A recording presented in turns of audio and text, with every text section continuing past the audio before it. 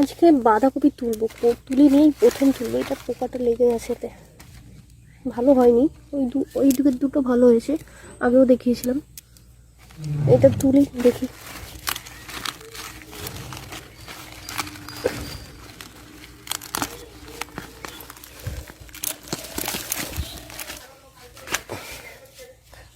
এটা না হলে কালকে তুলবো, যখন রান্না করবো তখন তুলবো।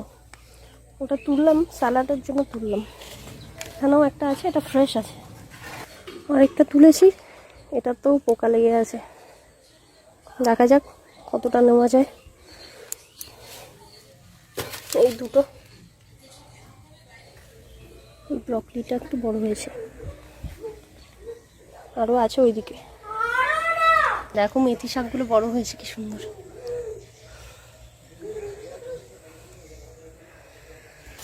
কি মোটা হয়েছে। একটা দুটো করে পাতা নেব। পালং শাকের পাতাটা দেখো, গাছের মতন হয়ে গেছে পাতা।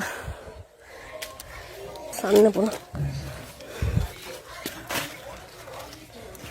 3টে বাঁধাকপি ছোট্ট ছোট্ট, আর এইটুকু শাক।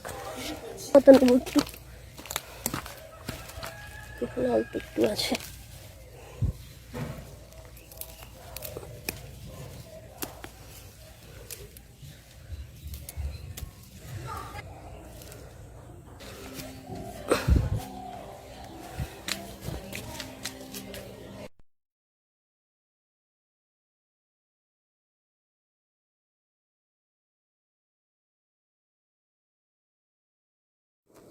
অল্প করে দেওয়া শাক তুলেছিলাম, পালং শাকের কটা মোটা মোটা পাতা, ওটা কেটে নিলাম। দেখো কি চওড়া পাতাগুলো।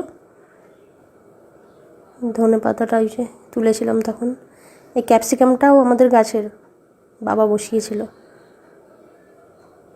পুচকে একটা বাঁধাকপি, কি সুন্দর। সত্যি গাছ থেকে ছিটতে ইচ্ছে করে না, একদম পুচকি একটা। দেখো ছোট্ট একটা বাঁধাকপি। বাঁধাকপি কেটে নিয়েছি, দেখো ক্যাপসিকাম সব কাটা হয়ে গেছে। এবার ধুয়ে সাজাচ্ছি। এইভাবে যদি খাওয়া হয় তাহলে পুষ্টিগুণটা বেশি থাকে, বেশি পাওয়া যায়। এইটাকে আমি সেদ্ধ করব না, একটু ভাপিয়ে নেব। জলের ওপরে বসিয়ে দিয়ে দিলাম সব কিছু। বেশি টাইমও লাগেনি, খুব তাড়াতাড়ি হয়ে গেছিলো। কিছুক্ষণ ভাপিয়ে নেওয়ার পর ওই ধনে পাতাটাও ওর মধ্যে দিয়ে দিয়েছি। দেওয়ার পরে দেখো প্যানে দিয়েছি, এটা আমি বানিয়েছি, ঘিটা বাড়িতে বানানো ঘি। তার মধ্যে একটু পনিরটা ভেজে সবজিগুলো একটু নেড়ে নিয়েছিলাম। এটা হেলদিও আর সাথে টেস্টিও, ভালো টেস্ট ছিল।